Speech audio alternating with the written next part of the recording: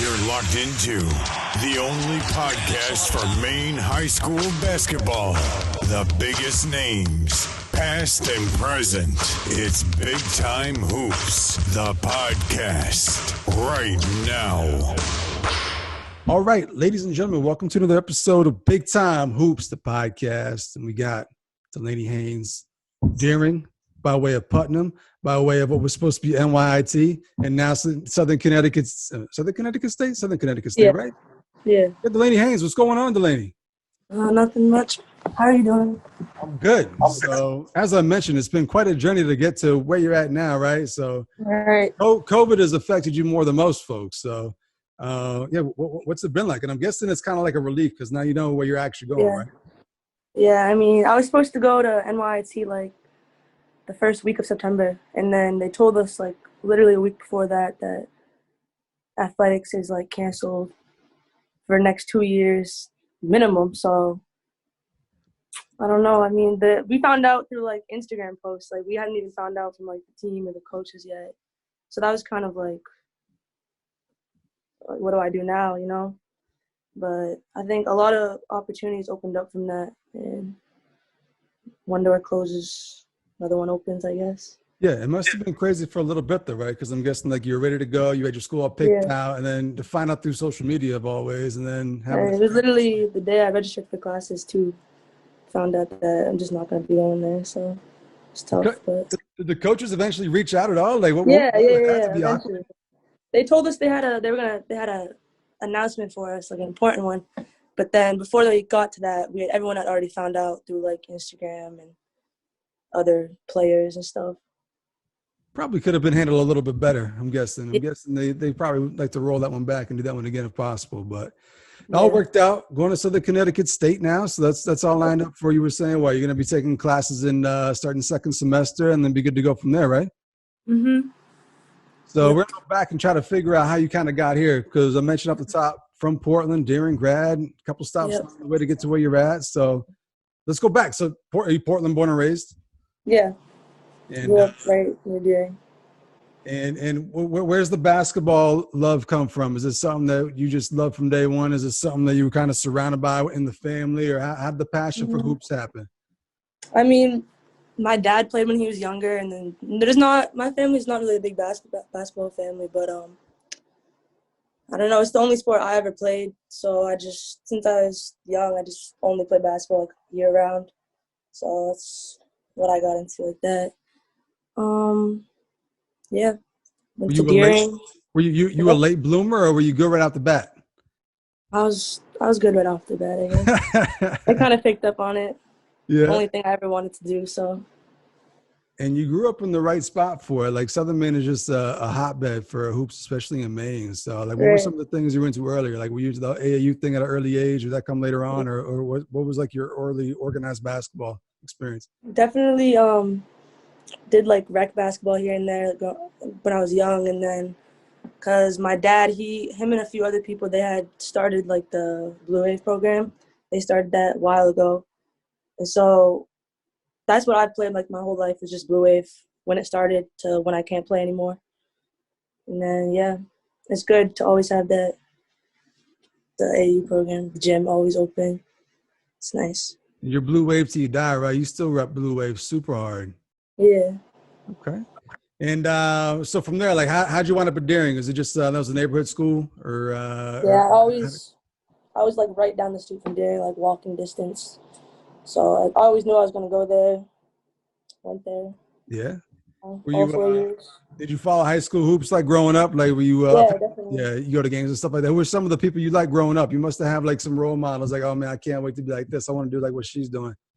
Oh, like Deering? Yeah, or just in general. Like I said, you're in a good area of just a ton of great players. So yeah, I'd say like when I was in like middle school, like everyone that was in high school, the basketball was just good. Like when it went from like all the schools, it was just good competition, and that was my goal, was just to play varsity as a freshman. That's what I did. So what else coming into high school? Obviously, like if you're a freshman, you want to make varsity. Did that. What were some of the other expectations and goals you set for yourself? Was it, make playoffs, be recognized? Like, what was coming in? Definitely my biggest goal is to win a state championship, but we never got there, sadly. But like personal goals, I had goals to be on like first team, like all SMA or whatever, or rookie team from freshman year to senior year, just go up the ladder. And that's what I did. My senior year, though, was unfortunate because that's when I broke my wrist, like the second game in, and I missed like the whole season. It was tough. That was tough. So Deering, what's the Deering hoops culture on the girls' side? I've had a couple of the guys on, and we've talked in depth about Deering boys hoops. How about Deering girls hoops? What's the culture like at Deering? It's good. Like they used to be really good before I even went there. They had a few state championships, and they had some good players come up through there, like Tasia Titherington, Amanda Brett, like Abby Ramirez. I played with them for like a year or two, and then I don't know. It's good. It's good. It's good basketball over there. And like Coach Murphy, he's always been the coach. He always just pushed everyone, taught discipline. It was good. And then also along with just a good culture there, we talked about the culture down there in Southern Maine. Like, talk about like the schedule you guys play. Like no easy games, right? Like every night it's a good team, good players. Like what's it like? It must be like a grind. Yeah, it's good competition. Like it's nothing's easy. Like every game, there's maybe a few games you're like sure you're gonna win, but then most of the games it's just like whoever plays the hardest. Like it literally could come out either side. It's just who wants it more. That's what it was a lot of the time. And then along with this AAU culture, it seems like everybody's friends. Everybody hangs out off the court and stuff like that. But whenever you get to high school, you get to actually go head to head. Definitely. Super competitive type and just out for blood. Like even if it was like Blue Wave teammates and stuff like that. Yeah, definitely. No matter who you're playing. Who you like going up against? Was there someone in particular or like a school in particular that kind of got you ready to go? Like, oh man, I can't wait for this game. Portland. During Portland game was always a good game. Like girls and boys, it was always doubleheader. There's always the environment was always there, like lots of fans cheering, and it was good. It was always a good game between both the girls and boys. In a game like that, like a crazy environment like that, did you prefer going in as the road team, or you like being at home? Like you like being like the enemy in hostile territory, or do you like having the fan support and being on your home court? I like playing at home court, but then when we play Portland, I just like playing at the Expo. I like the big court, the big gym vibe, Bright lights, all the eyes on you, all that. Yeah. Random question when it comes to Deering hoops, you guys had Adidas, right? Huh? You guys had Adidas jerseys at Deering? Adidas? No. Was it was Nike. Okay, never mind. That scratches that question. Then never mind. I was going somewhere with that, but we'll gloss over that one. So, you mentioned the big lights of the tournament. What was like the most success you guys had during your 4 years there? Obviously, you got to play in the Civic Center. So, what was the team success like during your time? I mean, I think it was sophomore year. We were literally like one basket away from state championship, or not like winning, but going to states. And that kind of set the tone for the next year. Like we're all like hungry. We want it, but I don't even remember junior year how far we got. But then senior year, that was when we was like 8th seed or something going into the playoffs. And then we beat, I think it was the 2nd seed, and then we made it to semifinals, and then we couldn't close it against Oxford Hills. But Oxford Hills, that's a team we could never beat. I don't think we beat them 1 year in my 4 year, one game. They were pretty good though, right? I mean, they got a couple state championships, some good players over there. Yeah, they were tough. You got looking back on it, you got a loss that hurts the most. There's one game you wish you could have back. Yeah, probably honestly that I don't know. I think the game where I broke my wrist where we lost, that was like a game for me that like I'll always remember because we had it. I thought we were gonna win. I was doing good, and then I'm out, and it all went downhill from there. And that was just tough loss for me. And then I couldn't play for the rest of the season. So yeah, so that's where I wanted to go next. So like, what was it like? Was that like your first major injury as a player? Yeah. Well, what's it like dealing with that adversity? Like just having the game taken away from you? Especially the second game of my senior year, It was tough. I mean, I was at practice. I was just dribbling on my left hand with my cast on, but sitting from the bench and having to like watch the team from the bench, it's hard. Like you just want to get there. You can't do what you want to do. But I mean, I think I was at like 10 games, but I came back for like the last 4 games maybe. But it took away most of the season. You have a cast, or was it just like a little splint you were wearing? Oh, I had a cast, hard cast. At any point, were you contemplating just taking a knife to the cast and just taking that thing off and being like, "Fuck it, I'm gonna just play"? Yeah, actually, I remember. I think it was like one of my first practices back, or I could practice without my cast, and someone passed me the ball, and I literally couldn't even catch it because it was like a mental thing. Like my hand, like I just couldn't even bend my wrist. Yeah. I started bawling my eyes out. I was like, "Oh my God, I'm never gonna be able to do this again." But I guess I overcame that. So. Yeah, absolutely. So a lot of times when people get hurt, they take that time to kind of work on other parts of their game. It's kind of tough with a broken wrist, but what were you doing during that time? Like, obviously you were still involved, like still going to games and stuff like that. What did you do to get better during that time? I learned how to shoot with my left hand pretty good for a little bit. That's literally all. I was on the sidelines at the side hoops, just like shooting around my left hand, dribbling around, running. I did a lot of laps just to stay in shape. Rode the bike in the trainer's office. Yeah. But it was tough. So here's a great question for you. So a lot of times you see it, there's that person who's hurt or ineligible, can't play, just kind of on the sideline. And you see it during warm-ups, and there's different types. So there's type that's kind of vocal, kind of like talking to the players and stuff like that. There's a type who like to show off and dribble and maybe shoot around a little bit, not real cool. There's all kinds of different people when it comes to when they can't play, but they're still on the sideline. What kind of teammate were you when you couldn't play, but you were there obviously wanting to play? Yeah, I was under the hoop during warm-ups. I was like trying to like get everyone hyped up, and on the bench, I was at the front of the bench with the coaches, and they would ask for my input. They would get me involved somehow, like, or I'd tell my teammates like what to do better, what to do next, or like how to help them. I definitely was vocal on the bench. I just wasn't gonna sit there. Were you a trash talker? Were you trash talking to the team? No. not your style. No, not really. I mean, not in high school, but when I went to Putnam, I kind of got like a little. You got a little edge to you? Okay.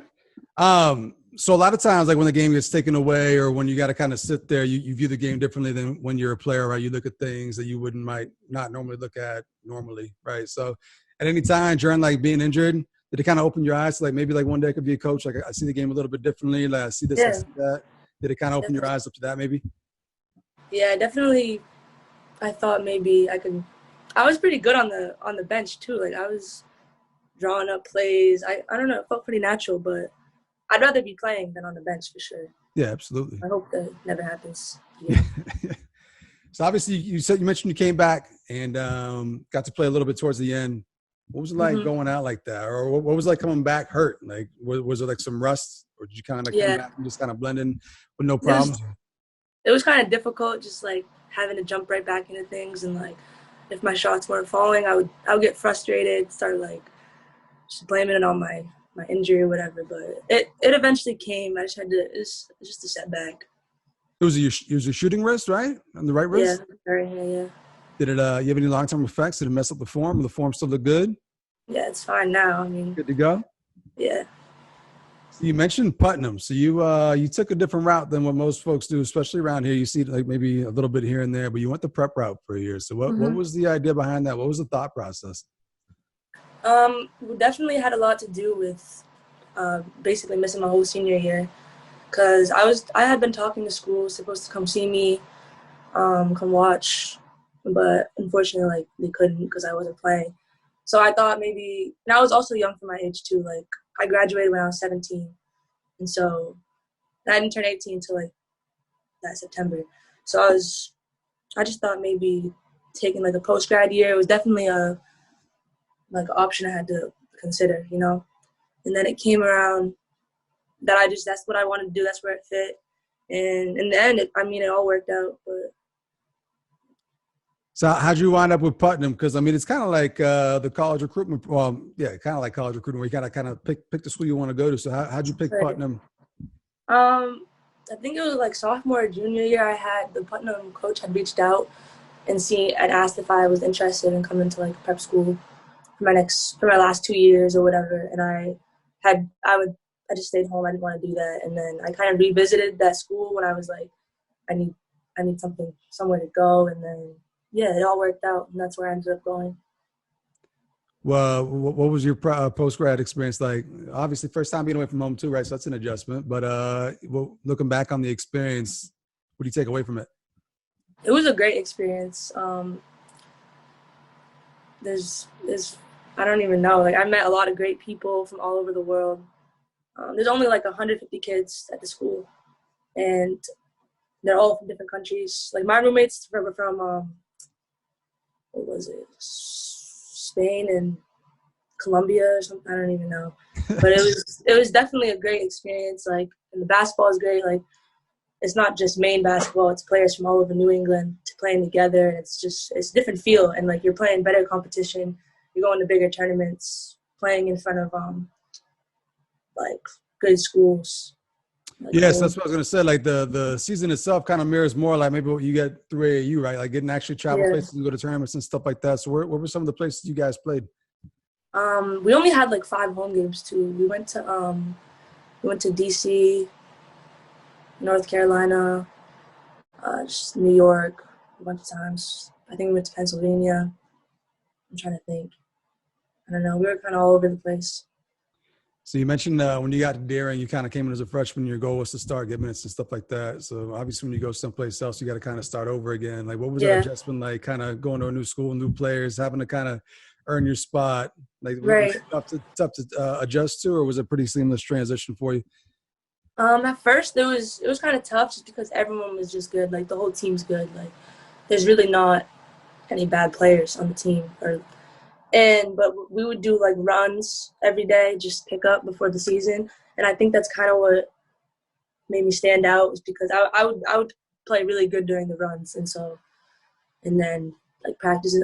I think I was, like, 6th or 7th man. I think I only started, like, 1 game. But I came off the bench, and I had an impact, definitely. What's the social experience like at school? I mean, you got all these kids that kind of come from all over the world, all over the country to go there, and you guys are kind of on a campus type thing, right? So what's that whole social experience like? Yeah, it's a really small school. It's only like 3 buildings, and I'm pretty sure there's only like 50 girls in the school. So, like, we all shared a dorm, and so, like, all the girls, we kind of all knew each other. Like, we all lived together, and I guess we were in Putnam, Connecticut. There was really not much to do, so, like, we were kind of forced just to, like, hang out with each other, like, go to the gym, walk around this small town. It was good though. Everyone got along. It was good. Yeah, I was gonna say, because, like, small town, small campus, like, there's not much to do. So I'm guessing you kind of just lock yourself in the gym and just kind of work on your craft, right? So obviously the goal was to go play college ball. Like, what were your goals? Like, did you have a goal? Like, I want to go play at this level, or I want to play here or there? Like, back in high school when you were starting to look ahead, what were your goals? Oh yeah, my goals were definitely to play in college, just in general. But then, like, getting more specific, I wanted to always play, like, at the NE10, like D2 NE10 level. And then NYT, they're in the ECC, so it's not the same conference as Southern, but that was always my goal. And I think it all worked out. Now I'm going to be playing in the NE10, which is, I mean, it took a few setbacks, but it's worth it. Yeah, so let's talk about the first college commitment, because obviously that changed. Oh, yeah. How'd you narrow down to them, and, like, were there other schools looking at you, and what was that process like, being recruited, having schools wanting you to go there versus you kind of finding, like, Putnam to go to? What was the recruitment process like for you, and how'd you narrow down to NYIT originally? For that, at Putnam, I wasn't really talking, like, heavily to a bunch of schools, but, like, NYT was, like, the one school I was talking to, like, consistently, you know. That's what kind of, like, sparked my interest, is, like, seeing their interest in me and, like, seeing that they believe in, like, what I have to offer, you know. And I went and visited their campus, and all the coaching staff was, like, I loved all the coaches. The players, they were all so nice, and, like, just the environment was good. It's unfortunate that they had to suspend athletics, but 'Cause it would have been fun, but Yeah, and you would have been teammates with one of your former rivals, right? You talked about yeah, Oxford Hills kind of being your roadblock. You would have been there yeah. with Julia. So what was that like? Was there going to be a problem if you guys had both shown up there? Or were you ready to put that stuff aside and just hoop? Nah, I was looking forward to playing with her. She's a great player and like someone you'd want on your team, of course. And I thought we would have some fun together at school and just hoop. It'd be fun, but now I'll be playing against her again. Yeah, But very we'll true. see. Yeah. Oh, we mentioned how NYT decided to handle business, and it kind of left you Yep. scrambling like at a terrible time too, right? So not much time to kind of figure things out. What was like the second process, the second recruitment process like? At this point, did you kind of have to like reach out to schools, or were they reaching back out to you once they found out the situation, or how'd that work? Yeah, I had like a lot of schools just reach out after that news kind of went and everyone started seeing it. I had a lot of schools. I had a few like JUCO schools, school in Florida, um, like school in Tennessee. There's a bunch of random schools, like, but Southern Connecticut, they reached out and it was like a Zoom call. It was always on Zoom. They gave me like a virtual tour of the school. They told me what they had to offer, and it was great. But that's the best opportunity I got out of that. You had to commit, right? You had to commit to this place without even visiting the school. I've never been there. So you still have never been there. It's like the first time No. you be there, or like the first day you actually show up to like classes and stuff like that. Yeah. It's When I'm crazy. moving, yeah. So, but it's a nice campus, so I've heard good things. That's good. Also, be another Mainer down there. Logan's going to be down there, so we got a couple of Mainers down there at Southern Connecticut State. Yeah. So, how long did that whole process take you to find the new school? Because I know like it all kind of happened at once, and it was I'm guessing a stressful time. Probably like a week or two. I kind of had to like make a decision. Like these schools were like, okay, like we need to like finalize this, and I'd be okay. Probably like 2 weeks tops, but it was stressful 2 weeks, that's for sure. Oh, I bet. With no place to go. Yeah. But now you got that all squared away and situated, and we talked about it before we started recording, like what you're doing now. So for like folks out there, like what do you got planned here? So I mean, that should have been high school, post-grad, and then off to college. But then there's a couple roadblocks. Like, how are you spending this year? Right now, I'm just working and working out. That's it. I'm just getting ready for. I'm not gonna be able to play this year, but I'll be able to practice, and I don't know. It should be interesting. Classes start. You said you're gonna start second semester, right? Yep. You must be itching just to be around the team again and like practice and just have that structure and stuff like that. What about from the school side? Like, what's it like just all of a sudden like going through, grades K through senior year of high school and then like a year post grad and like now it's like remote learning, all these online classes and stuff like that. Like, is that a tough adjustment or do you enjoy it? I mean, I haven't even like done any online stuff yet. Like, I haven't even taken any classes since like the spring. So like when I have to bounce back into school, I think it might be a little tough, to be honest, because I've been out of it for so long, but I'm sure I'll be fine. How do you stay ready? How do you stay ready academically? You reading? You doing anything at all to stimulate the mind right now? Like, what have you been doing during the pandemic? Have you picked up any new hobbies or what's it been like for you to kill the time?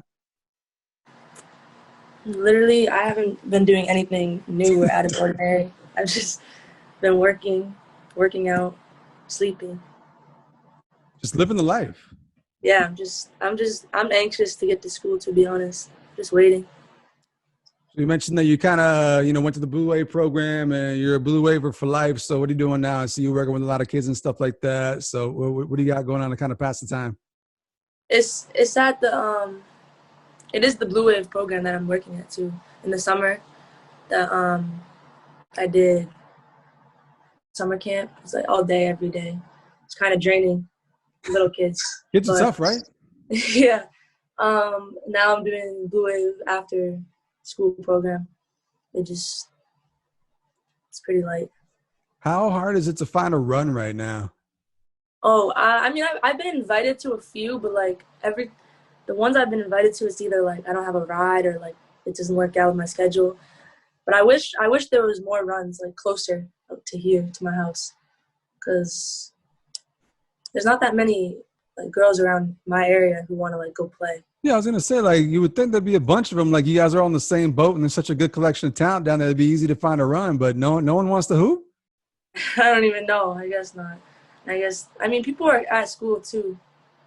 So, I mean, I always, me and Sarah Talon, we always like link up in the gym, try to play like 2-on-2 against some random people. But You guys take on all comers?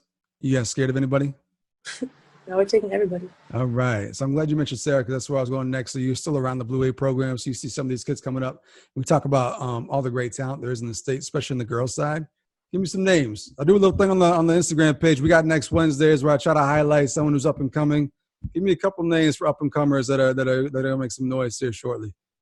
I mean, you already know Sarah Talon. Everybody knows Sarah Talon. Who else? I'm trying to think. Up and comers. I don't even know that many young, cause like I graduated like 2 years ago. Right, so how about this? Just who's nice? Who's nice right now? Who got game right now? Yeah. Like in Maine, or are they at college? In Maine. Anybody. Anyone. People. I'm gonna say people who I always play. They're like toughest to come out of Maine. Mackenzie Holmes, Anna DeWolf. Like, everyone knows these names, so you've already done them. Yeah. Grace Martin, Faith. That's just Amanda Kabantu, Jamina, Davina. There's a lot of good talent. It's just, I don't know. Just never. You just mentioned a bunch of your classmates, the class of 2019, which I had highlighted too. You want to go ahead and just state your piece? Like, is that the best class? Is it the best class? Is it the best class? 2019. What do you think? You want to make that claim? It's up there. It's up there. It was deep. I didn't realize how many girls were in that class. Yeah. You get to play in the McDonald's game. I'm guessing you were there for McDonald's weekend, right? Uh-huh. What was that like? What was your McDonald's experience like? It was fun. Playing against all the best talent in the state. Like, it was fun. Definitely. I'm trying to remember who was on my team, because I know Anna DeWolf wasn't on my team. I don't know, because I think I was on the North team, and so there was a bunch of random names like not in my class, you know. It's so weird how like Deering and Portland, I think they're considered North, right? They're like class AA North, and like, but like some South Portland is South and stuff like that. Like, it's crazy the way they realigned it, but right, it is crazy. What's your mentality whenever you show up to an all-star game? Are you off of blood? Like, are you just super competitive, and like when the ball gets rolled out, you're gonna go at it, or like do you just kind of back off a little bit, like depending on the type of game? I mean, I'm not gonna go like crazy in all-star game. I'm trying to have fun, you know, make it like something to remember. I'm still gonna get my buckets, but I'm just gonna. Gotta always do that. Yeah. Before we get up out of here, just want to hit on a couple random topics. It seems like your shoe game is pretty good. You got a decent shoe game. So, what are your top 5 pairs? Either that you own or just your top 5 favorite pairs ever. Top 5 favorite pairs. Whew. That I don't own. I want to get. There's so many shoes I need to get. Like, I don't even. I don't know. Do you know what Dunks are? I think that's like my number one. I want Dunks, like low Dunks, but the prices, they're looking pricey. And then I like 11s, whether it's low or high, just like the 11s. I think the favorite shoe that I own are probably like my 5s. Are those 5? Yeah, 5s. The Bel Air alternative 5s. I want to get a pair of 5s. That's my next pair of shoes I'm gonna get right there. Those are comfy. Yeah. They're comfy. Always. I need to get a lot more shoes. I just luckily you're working right now. Luckily you're working in the meantime, so it's time to put some money away and get some kicks. Right, exactly. How about favorite pair to play in? Favorite pair to play in? Yeah. My Damian Lillard's, my 3s. Okay. I like Adidas for basketball shoes is my thing. Okay. Last random question. You mentioned you and Sarah like to team up and go 2-on-2. If you guys go head to head, who's going to win that one-on-one matchup? She was just queen of the court at the top 30 camp. You guys go at it. We go one-on. We play one-on-one plenty of times. I think most of the times I come out on top. There we go. but she gives me a good game. It's a good game. Now that you bring that up, I'm gonna have to play her soon because I haven't in a while. Someone's got to get that on Instagram Live. We got to see that. Someone need to tape that next time you guys play one-on-one. That'll get some good traction right there. Make that happen. Before we get up out of here, I always give my guests a chance to say a little piece or anything you want to say at all. Like, this is your opportunity before we get up out of here. Whatever it is you got. Anything at all. I don't even know. Put me on the spot. To you or to anybody? Anybody. Just this is your chance to say anything you want to anybody before we get up out of here, or nothing at all. You could pass. You could pass the rock. I'll say thank you if you're still listening. Thank you for listening. Be sure to come back to this Big Time Hoops podcast because he'll be coming out with some good podcasts, bangers. And that's all I have to say. There we go. Perfect plug. Thank you. Big Time the podcast. Make sure everyone's checking it out. Real quick, are you a music or movie person? Music. All right. Do you consider yourself like a good, you got good taste? Yeah. How about that? How about like top 5 songs on the playlist right now, or like artists? Like give us 5 artists out there. All right. 5 artists I listen to. My favorite will always be my favorite is Lil Durk. And then Polo G. Who else? Who's on top right now? Tusi. I don't know if you guys listen to that, but Young Boy and fifth. Who's my fifth? Cash Page. Those are my 5 artists right there. I can't get behind Polo G. I keep trying and I can't. I can't do it.